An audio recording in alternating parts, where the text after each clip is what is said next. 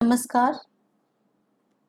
आज जो हम टॉपिक पढ़ने जा रहे हैं वह है समष्टि अर्थशास्त्र या मैक्रो इकोनॉमिक्स में कंजम्पशन फंक्शन। इसके पहले जब कीन्स का रोजगार सिद्धांत हमने पढ़ा था तो उसमें देखा था आय उत्पादन और रोजगार प्रभावपूर्ण मांग पर निर्भर करता है। प्रभावपूर्ण मांग उपभोग फलन और निवेश फलन पर निर्भर करती है। उपभोग फलन के बारे में आज हम चर्चा करने जा रहे हैं। इस संदर्भ में कीन्स ने उपभोग का मनोवैज्ञानिक नियम दिया था। तो आज हम जानेंगे कि उपभोग फलन क्या है और उपभोग किन किन बातों पर निर्भर करती है, और हम इसमें कुछ औसत उपभोग प्रवृत्ति और सीमांत उपभोग प्रवृत्ति जैसे कुछ संकल्पनाओं को भी जानेंगे। तो सबसे पहले हम ये जाने उपभोग फलन या कंजम्पशन फंक्शन किसको कहते हैं। यह दो चरों के बीच का फलनात्मक संबंध होता है, कुल उपभोग और राष्ट्रीय आय। और जैसे जैसे आय बढ़ती जाती है वैसे वैसे उपभोग भी बढ़ता जाता है। इसको सिंबॉलिकली कहते हैं सी इज फंक्शन ऑफ वाई, या उपभोग फलन है आय का। बच्चों, मैं आपको जो स्लाइड्स हैं वो इंग्लिश में करती हूँ, क्योंकि यहाँ इंग्लिश मीडियम और हिंदी मीडियम दोनों ही बच्चे होते हैं। तो मैं आपको हिंदी में एक्सप्लेन करती हूँ, लेकिन जो स्लाइड्स हैं वो इंग्लिश में बनाई हैं, क्योंकि जिससे कि इंग्लिश मीडियम वाले बच्चे भी इसको समझ सकें। और दूसरी बात ये भी है कि आपको इंग्लिश टर्म्स की जानकारी होनी जरूरी है, क्योंकि कई बार हिंदी के जो टर्म्स हैं वो कई कई अलग अलग तरीके के होते हैं। जैसे इंडिफरेंस कर्व हम पढ़ते हैं, तो उसमें इंडिफरेंस कर्व को हम हिंदी में तटस्थता वक्र, उदासीनता वक्र या फिर उपयोगिता वक्र, इस अनेक नामों से पुकारते हैं, जबकि इंग्लिश में उसका एक ही शब्द है इंडिफरेंस कर्व। तो आपको इंग्लिश का टर्म पता होगा तो आप आसानी से जान जाओगे। अगर दो अलग अलग जो आपने पढ़ा है अनधिमान वक्र और पेपर में पूछा जा रहा है तटस्थता वक्र, तो इंग्लिश वर्जन में से आप ये देख के पता कर सकते हो कि हमें इंडिफरेंस कर्व के बारे में लिखना है, तटस्थता वक्र के बारे में लिखना है। तो इसलिए मैं इस बात को जरूरी समझती हूँ कि जब आप इकोनॉमिक्स को पढ़ रहे हो तो उसकी इंग्लिश वर्जन या इंग्लिश के जो टर्मिनोलॉजी है वो उसको जरूर जाने, जिससे कि आपको हिंदी में कुछ अलग भी अगर दिया हुआ हो तो दिक्कत ना हो। मैं आपको ये बता रही थी, जो उपभोग फलन होता है वह कुल उपभोग और राष्ट्रीय आय के बीच को संबंध को बताता है। Consumption is function of Y. और कंजम्पशन शेड्यूल या उपभोग अनुसूची की हम बात करें तो इसको कंजम्पशन जो आय के भिन्न भिन्न स्तरों पर जो उपभोग व्यय होता है उसको हम जब टेबल के रूप में, एक तालिका के रूप में जब हम प्रदर्शित करते हैं तो वह उपभोग अनुसूची होती है, कंजम्पशन शेड्यूल। जैसे इनकम 0 है तो 180 है तो 170 रुपीज का कंजम्पशन, 240 है तो 220। तो इनकम एंड कंजम्पशन, अब यहाँ 0 पर भी 20 रुपीज का कंजम्पशन हो रहा है। क्यों हो रहा है? क्योंकि हमें जो है अपने निर्वाह व्यय को बनाए रखने के लिए, चाहे हम ऋण लेके उपभोग करें या तो फिर हम जो है भीख मांग के करें, कैसे भी अपने जीवन को बनाए रखना होता है। तो आय अगर हमारी 0 भी होती है तो हमें अपने जीवन निर्वाह को बनाए रखने के लिए, जीवन को बनाए रखने के लिए जो मिनिमम कंजम्पशन है वो करना जरूरी होता है। तो 0 इनकम पर ये 20 रुपीज का कंजम्पशन दिखाया जा रहा है। तो जैसे जैसे आप देख रहे हैं, जैसे जैसे आय बढ़ रही है उपभोग भी बढ़ता जा रहा है। तो अब प्रॉपर्टीज ऑफ कंजम्पशन फंक्शन क्या है, उपभोग फलन की विशेषताएं। इसमें जो कंसेप्ट है औसत उपभोग प्रवृत्ति या एवरेज प्रोपेंसिटी टू कंज्यूम।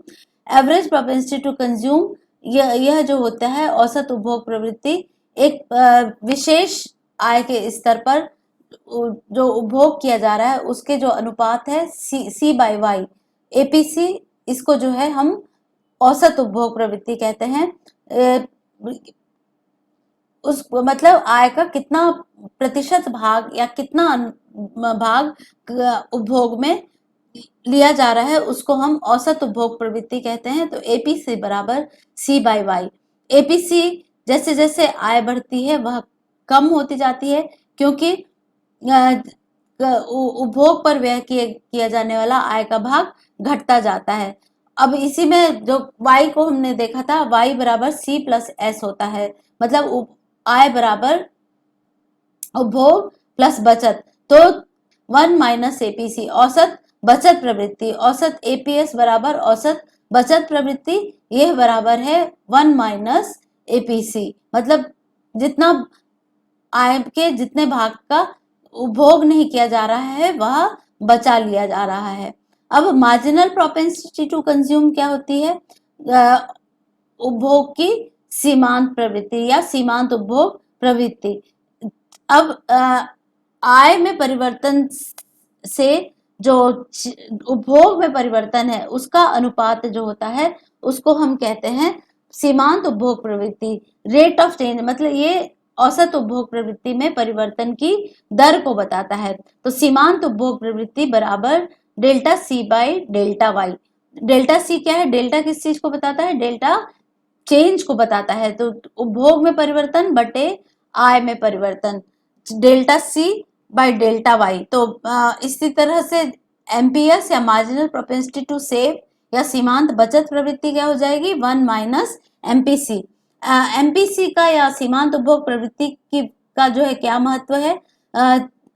दीर्घ काल में औसत उपभोग प्रवृत्ति और सीमांत उपभोग प्रवृत्ति ये दोनों बराबर हो जाते हैं और point C assume to be positive and less. MPC 1 से कम होती है, जिसका तात्पर्य होता है कि उपभोग आय का बढ़ता हुआ फलन है और जितनी आय बढ़ती है उसकी तुलना में उपभोग में वृद्धि कम होती है। बढ़ रही है लेकिन उपभोग नहीं बढ़ रहा है, तो वो जो गैप रह जा रहा है उसको नियोजित निवेश के द्वारा पूरा करना होता है। तो ये जो है ताकि आय का जो है अपेक्षित स्तर मिल सके, इसलिए ये इस एमपीसी का या सीमांत उपभोग प्रवृत्ति का अर्थशास्त्र में बहुत महत्व है। अब कीन्स ने अपना उपभोग का मनोवैज्ञानिक नियम दिया। कीन्स का साइकोलॉजिकल लॉ ऑफ कंजम्पशन क्या है? यह नियम कहता है कि जैसे जैसे आय बढ़ती है वैसे वैसे उपभोग भी बढ़ता है, लेकिन उतना नहीं बढ़ता है जितना कि उपभोग में वृद्धि होती है। जब आय बढ़ती है तो उपभोग व्यय भी बढ़ता है, लेकिन एक छोटे मात्रा में बढ़ता है। तो उपभोग में वृद्धि उस अनुपात से कम होती है जिस अनुपात में आय बढ़ रही है। जो बढ़ी हुई आय होती है वह उसे उपभोग व्यय और बचत के बीच में विभाजित कर दिया जाता है। बढ़ी हुई इनकम दोनों उपभोग तथा बचत दोनों में ही वृद्धि करती है। अब जो है हम इसको टेबल के रूप में देख सकते हैं। जैसे जैसे आय बढ़ रही है, ये आय 0 है तो कंजम्पशन 20 रुपीज है, सेविंग्स -20 है। आपको मैंने बताया था जीवन को बनाए रखने के लिए कुछ ना कुछ जो व्यय है वो करना जरूरी होता है, इसलिए 0 लेवल ऑफ इनकम पर भी हम देखते हैं कि उपभोग की कुछ ना कुछ मात्रा की जा रही है। 60 है हो रही है आय तो 70 है उपभोग और सेविंग -10 है। जितना आय बढ़ी है उससे कहीं ज्यादा उपभोग है। यहाँ पर ब्रेक इवन है 120, मतलब आय और उपभोग दोनों बराबर हो जाते हैं 120। फिर 120 है, यहाँ पे सेविंग्स 0 है। अब 180 जब हो रहा है इनकम तो कंजम्पशन कम है, कुछ बचतें कर ली जा रही हैं।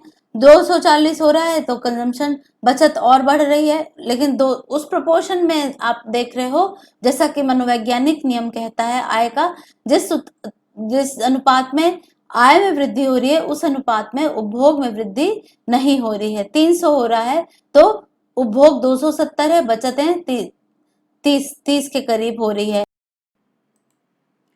यह उपभोग फलन का वक्र दिखाया गया है। इसमें एक्स अक्ष पर इनकम और वाई अक्ष पर उपभोग को लिया गया है। ये 45 डिग्री की रेखा इस पर ये आय की रेखा y बराबर C+S है। जितना जितना इस रेखा पर आय और उपभोग का स्तर दोनों बराबर होता है, सी रेखा उपभोग की लाइन को बता रही है, उपभोग की के वक्र को बता रही है। यहाँ पर आप देख रहे हैं आय का स्तर 0 है, तब भी कुछ मात्रा में उपभोग जरूर किया जा रहा है ताकि अपने निर्वाह को बनाए रखा जा सके, अपने जीवन को बचाए रखा जा सके। ये जो है ब्रेक इवन पॉइंट है जहां पर उपभोग और आय दोनों बराबर हो जाते हैं। इसके आगे बढ़ने पर जितना आय में वृद्धि हो रही है उससे उपभोग में वृद्धि उसके अनुपात में कम हो रही है और इस बिंदु के बाद व्यक्ति बचतें करना प्रारंभ कर देता है। तो ये बचत की रेखा इस जीरो लेवल ऑफ इनकम पर बचत नेगेटिव है और इसके बाद इस बिंदु पर आकर जो आय और उपभोग दोनों बराबर हो जा रहे हैं, इस बिंदु के बाद बचतों में भी वृद्धि हो रही है। तो यह जो वक्र है, यह जो चित्र है, वह कीन्स के साइकोलॉजिकल लॉ ऑफ कंजम्पशन या उपभोग के मनोवैज्ञानिक नियम को बताता है कि जैसे जैसे आय बढ़ती है उपभोग में भी वृद्धि होती है, लेकिन उपभोग में वृद्धि उतनी नहीं होती है जितनी आय बढ़ रही है। इसीलिए उस कमी को पूरा करने के लिए प्रभावी मांग को बढ़ाने के लिए निवेश में वृद्धि करना आवश्यक होता है। अब इसकी मान्यताएं क्या है? यह मानता है कि मनोवैज्ञानिक और जो संस्थात्मक दशाएं हैं वह स्थिर रहती हैं। लोगों का जो है आय वितरण, रुचियां, आदतें, सामाजिक परंपराएं, कीमत की जो कीमत की गतियां और जो है जनसंख्या की वृद्धि, ये सब स्थिर रहता है। अर्थव्यवस्था में सामान्य दशाएं हैं। यह जो नियम है वह असामान्य परिस्थितियों में काम नहीं करता है, जैसे युद्ध की स्थिति, क्रांति की स्थिति या अतिस्फीति की स्थिति हो रही है तो यह नियम काम नहीं करेगा। जैसे ऑफ कंजम्पशन फंक्शन अब क्या है? अब इसमें सब्जेक्टिव फैक्टर्स कौन कौन से हैं? ये सब्जेक्टिव फैक्टर्स या आर्थिक व्यवस्था के अंदर के जो सब्जेक्टिव फैक्टर्स हैं वो मानवीय प्रकृति का जो मनोवैज्ञानिक विशेषताएं होती हैं, सामाजिक परंपराएं होती हैं, जो व्यापारी होते हैं उनका व्यवहार प्रतिरूप, आय के वित्त फैक्टर्स क्या क्या होते हैं?